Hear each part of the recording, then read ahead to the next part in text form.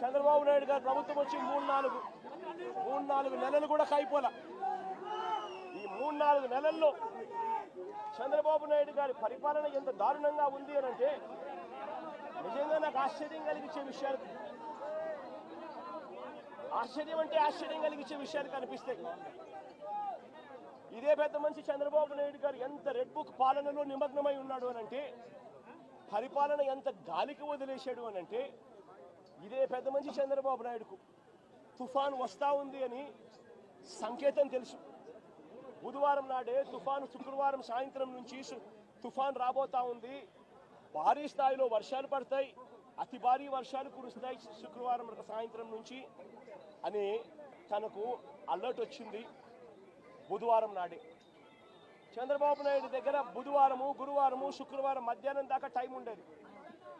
కానీ చంద్రబాబు నాయుడు గారు అనే వ్యక్తి ఎంతగా ఈ మనిషి రెడ్ బుక్ పాలన మీద ధ్యాస పెడతా ఉన్నాడో తప్ప ప్రజల అగసాట్ల మీద ధ్యాస పెట్టడం లేదన్నదానికి ఇదే నిదర్శనం.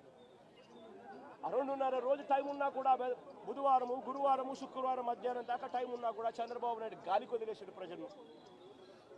తాను అదే రోజే, బుధవారం రోజే, అలర్ట్ వచ్చిన రోజే తాను రివ్యూ మీటింగ్ తీసుకుని ఉంటే డ్యాములన్నీ ఒకవైపున నిండి ఉన్నాయి అనే సంగతి తనకు తెలుసు.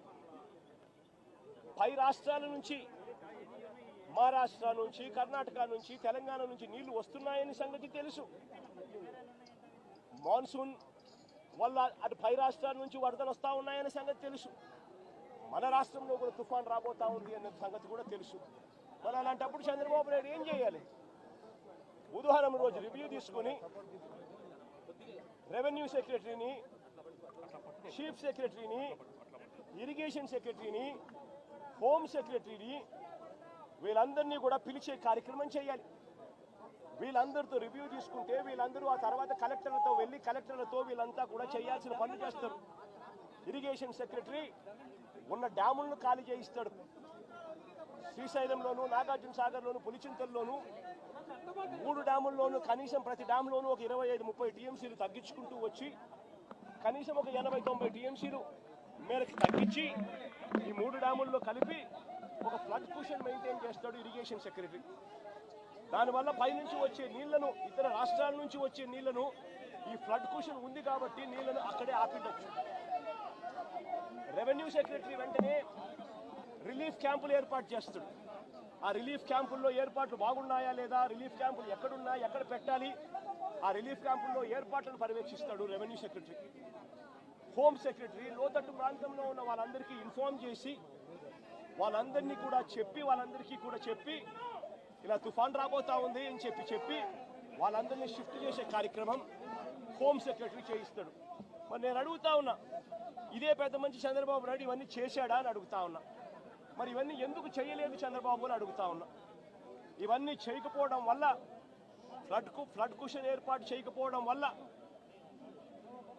ఆ నీళ్లు పై నుంచి వచ్చే నీళ్లు, కింద పులిచింతల కింద దిగువన వచ్చే నీళ్లు, ఈ 2 నీళ్లు కలిసి ఒక ప్రళయంగా ఏర్పడి చివరికి బుడమేరును కూడా, కృష్ణానదికి పోవాల్సిన బుడమేరును కూడా తన ఇంటిని రక్షించుకునేందుకు బుడమేరులో కూడా అర్ధరాత్రి దాటిన తర్వాత ప్రజలకు నోటీసు ఇవ్వకుండా, ప్రజలకు సమాచారం ఇవ్వకుండా బుడమేరులో గేట్లను కూడా ఎత్తేసి విజయవాడలోకి నేను పూర్తిగా పంపించడం జరిగింది. నేను అడుగుతా ఉన్నా, చంద్రబాబు నాయుడు చేసిన ఈ దుశ్చర్యకు, చంద్రబాబు నాయుడు చేసిన ఈ తప్పుడు పనికి ఏకంగా 60 మంది పైచిలకు చనిపోయినారు. ఇంకా ఎక్కువ మంది చనిపోయి ఉండొచ్చు. రిపోర్ట్లు వస్తూ ఉన్నాయి. ఈ 60 మంది ఇంతకుముందు ఎప్పుడైనా తుఫాను వచ్చినప్పుడు 60 మంది చనిపోయిన ఘటన ఎప్పుడైనా మనం చూసామా? 60 మంది ఏకంగా పైన మనుషులు చనిపోతే ఇది చంద్రబాబు నాయుడు చేసిన తప్పిదం కాదా? చంద్రబాబు నాయుడు మీద కేసు చంద్రబాబు నాయుడు గారి మీద నెగ్లిజెన్స్ కేసు అనేది ఎందుకు నమోదు చేయకూడదు అని అడుగుతా ఉన్నా. చంద్రబాబు నాయుడు గారు అనే వ్యక్తి వల్ల 60 మంది చనిపోయిన తర్వాత